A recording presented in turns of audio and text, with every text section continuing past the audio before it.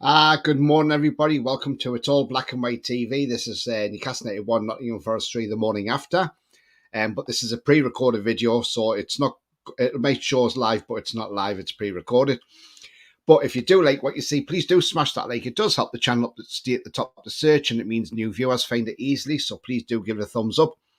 Also, if you are brand new to my channel, then please hit the subscribe. Free to do so, helps the channel grow. I'm now 17 away from 1100, so please do give it a subscribe. Also, if you want to keep up to date on live shows, pre-records, or any upcoming shows, then do hit the bell, and that will keep you notified as well.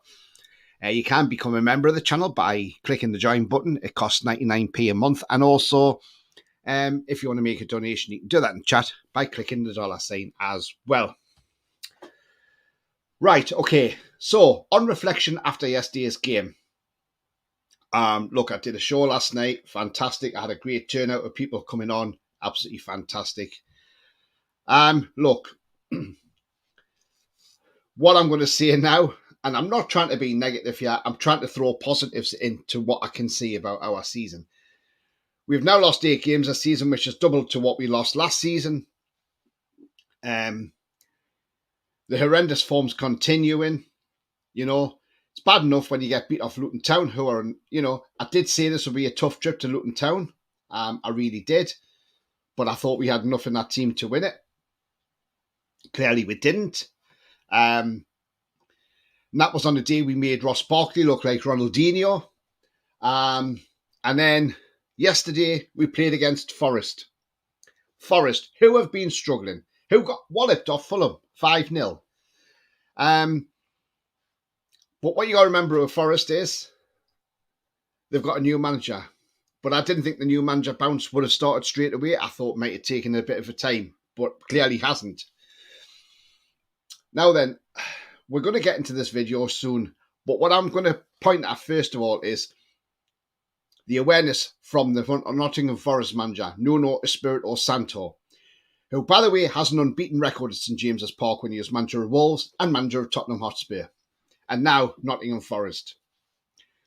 Now, Nuno Espirito Santo has done his homework, let's be honest. And what he has done, he has made a positional change in his team. And what I mean by that positional change is, if you've seen any games on TV with Forest or whatever, you've always seen Anthony Elanga playing on the left-hand side as a left winger. Now then, but no, not Nuno. He's looked and he's thought, hang on a minute. I know who Newcastle's got left back. Dan Burn. Yes. So what Nuno's thought is, right, what I'm going to do is I'm going to swap Elanga and Hudson-Odoi. I'm going to put Hudson-Odoi on the left.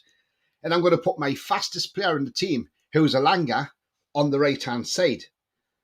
Because he knew that Elanga will literally have pace to burn, pardon the pun, but he knew he'd outstrip Burn with his pace.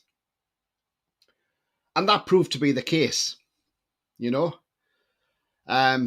He was getting past Burn time after time after time. And, you know, it's clever management from an opposing manager to do that, because he sees Burn as the weak spot in the team, especially the fact he hasn't got the pace. Let's be honest, yeah. The fucking Titanic turns quicker than fucking Dan Burn, let's be honest, you know.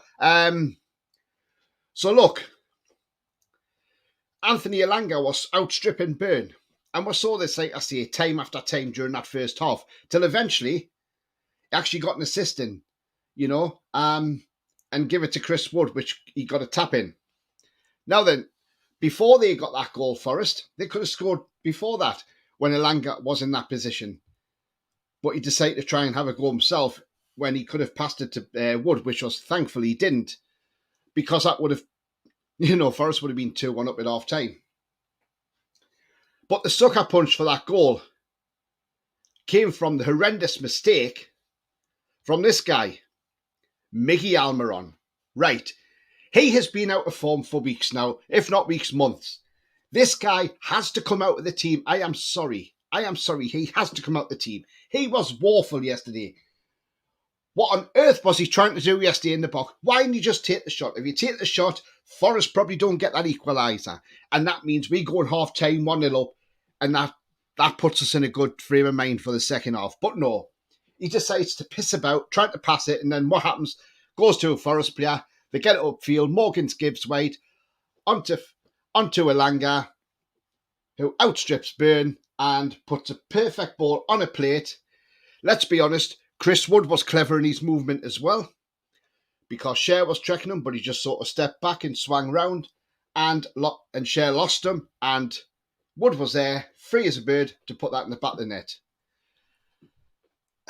Now, look, I don't want people thinking I'm criticising Eddie Howe in any way, because, look, I think Eddie Howe has to take some criticism for this. He really does.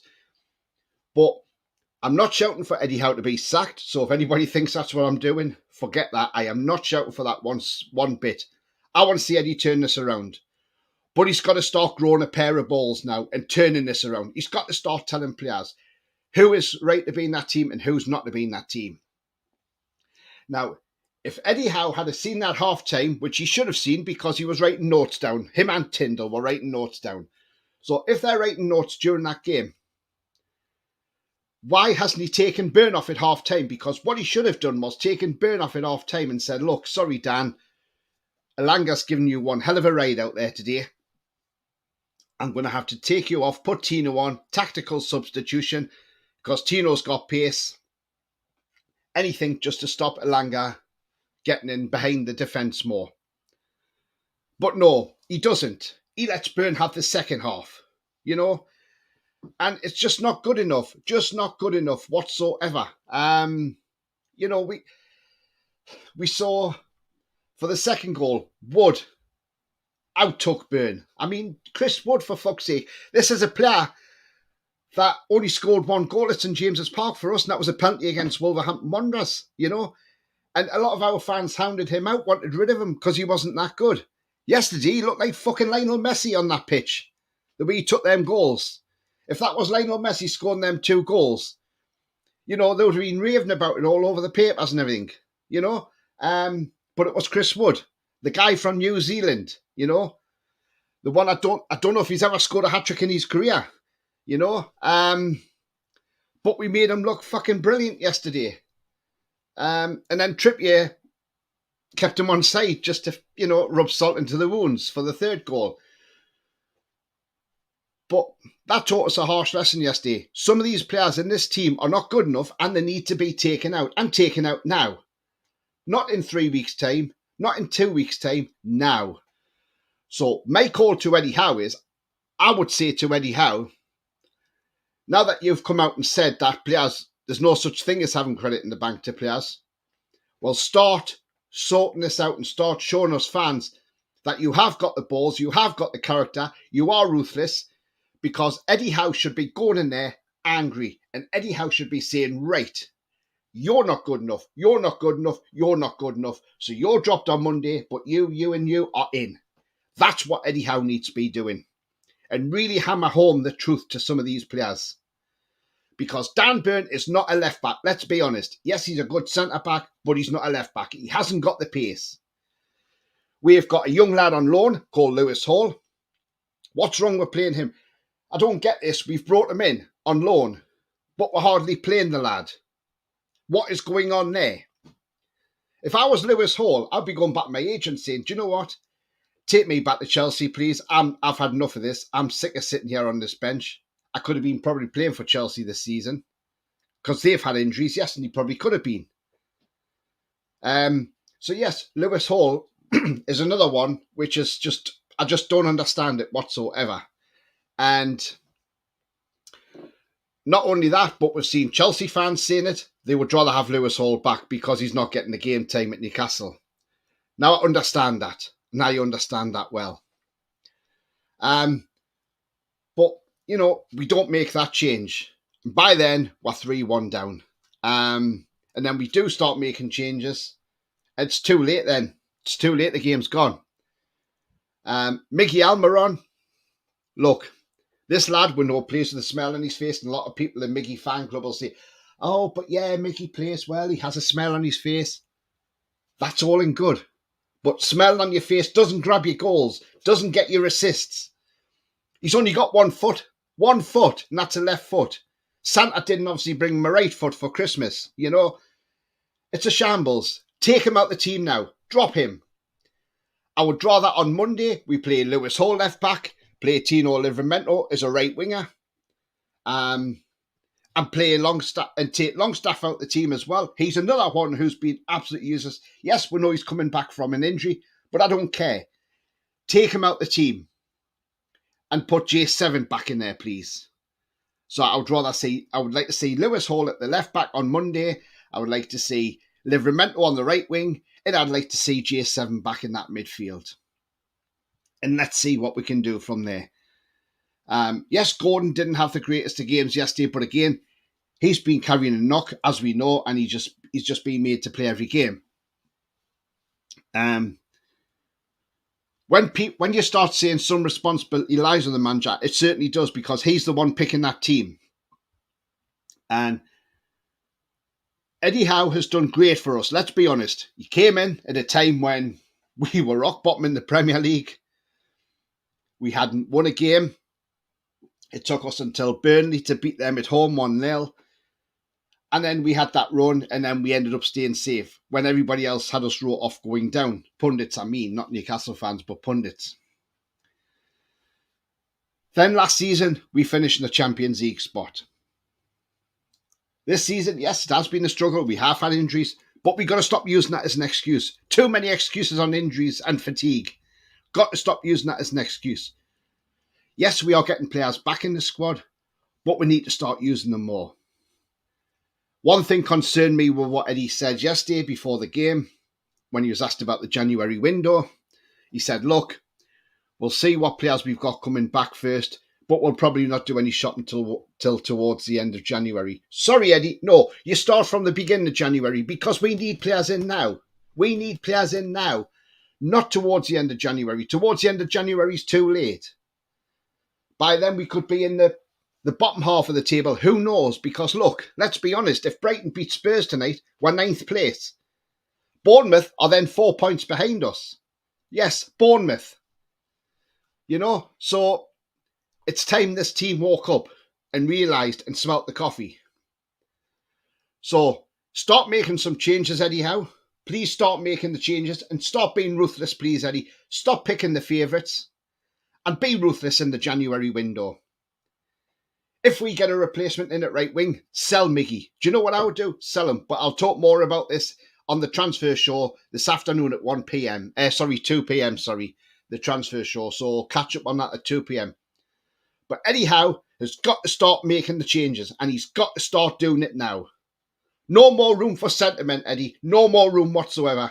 It's time to stop being the nice guy to these players and start being the hard man and telling them exactly. You're the boss. You're in charge. You tell them. And if they're not playing well, they're out the team. Simple as. That's what you got to do as a manager. This is now time to earn your wage, Eddie. And the only way you can earn your wage is by making big decisions.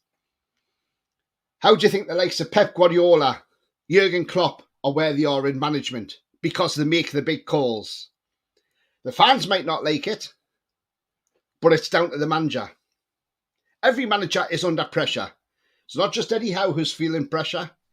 Ten Hag's under a lot of pressure. They won last night. Jurgen Klopp's always under pressure. Pep's under pressure. Pep's probably under the most pressure he's been since he's been there, because they're now lying 5th at the moment. You know? And he's probably feeling that, because he's probably not happy they're nowhere near the top of the table. So, look, I've not called for Eddie to be sacked or anything like that whatsoever. So if people think that, I'm not. All I'm saying to Eddie Howe is, please, Eddie, start by getting some of these players out the team and telling them, sorry, you haven't been playing well enough. You do not deserve a spot in the team. You're going to be benched, and this player's playing. And if that player turns around and says, oh, well, I don't want to play here no more, then do you know what? There's the door. Piss off, if that's how you feel. You know? Because at the end of the day, we want players who want to play for the shirt. And look, since Dan Burns come back from that injury, he doesn't look the same player. If I'm honest, he looks like he's lost more pace, maybe another yard of pace. What's your thoughts? Get your thoughts in the chat. Sorry for the rant, guys, but I just think, look, it needed to be said. And I wear my heart on my sleeve, and I'm telling you as it is, as a Newcastle fan, I've supported this club since I was 10-year-old for 41 years now. And I've seen the bad times, and I've seen the great times, then the bad times again, and we're back in the great times. Yes, we've got fantastic owners. Eddie Howe's done an amazing job in Newcastle United. I can't complain about that whatsoever. This season's been a bit different. We knew there was going to be this drop-off, but we just want to see Eddie Howe make some big calls, and let's hope we see that on Monday against Liverpool, which will not be an easy game at Anfield. Let's be honest, it will not be easy. But let's see what calls Eddie makes, because let's see if he backs up what he said to Craig Hope yesterday and other media outlets about the team, about players not having so much credit in the bank. Let's see if he lives up to that and makes changes. Let's see if he's brave, strong and bold enough to do that. Please, Eddie, for the sake of our team, make these changes, because after Liverpool, we have the Mackhams away, and I tell you what, if we lose to the Mackhams, we'll never hear the fucking end of it from them twats. And the thing is, at the end of the day, you know, I just don't want to even think that we'll get beat off the Mackhams, because I want to go out there and absolutely fucking smash the bastards. Absolutely smash them. So let's see what happens. But anyway, guys, coming to the end of this short video rant, whatever you want to call it. But if you do like what you see, please do smash that like. It does help the channel and the search. Also, if you're brand new at the channel, come and smash the subscribe. It is free to do so. And that bell notification tells you when I'm live, have a pre-record or any upcoming shows. Upcoming show, yes, this afternoon, 2 p.m. Join me and Rolly as we look at the transfer show. As a transfer show, we look at latest rumours of who's being linked and where we can improve the squad in the January window as well. So do join us at 2 p.m. for that. It should be a cracking show. But remember, the future's bright. The future is definitely black and white. Have a great day. See you all at 2 p.m. Until then, how are you, the lads?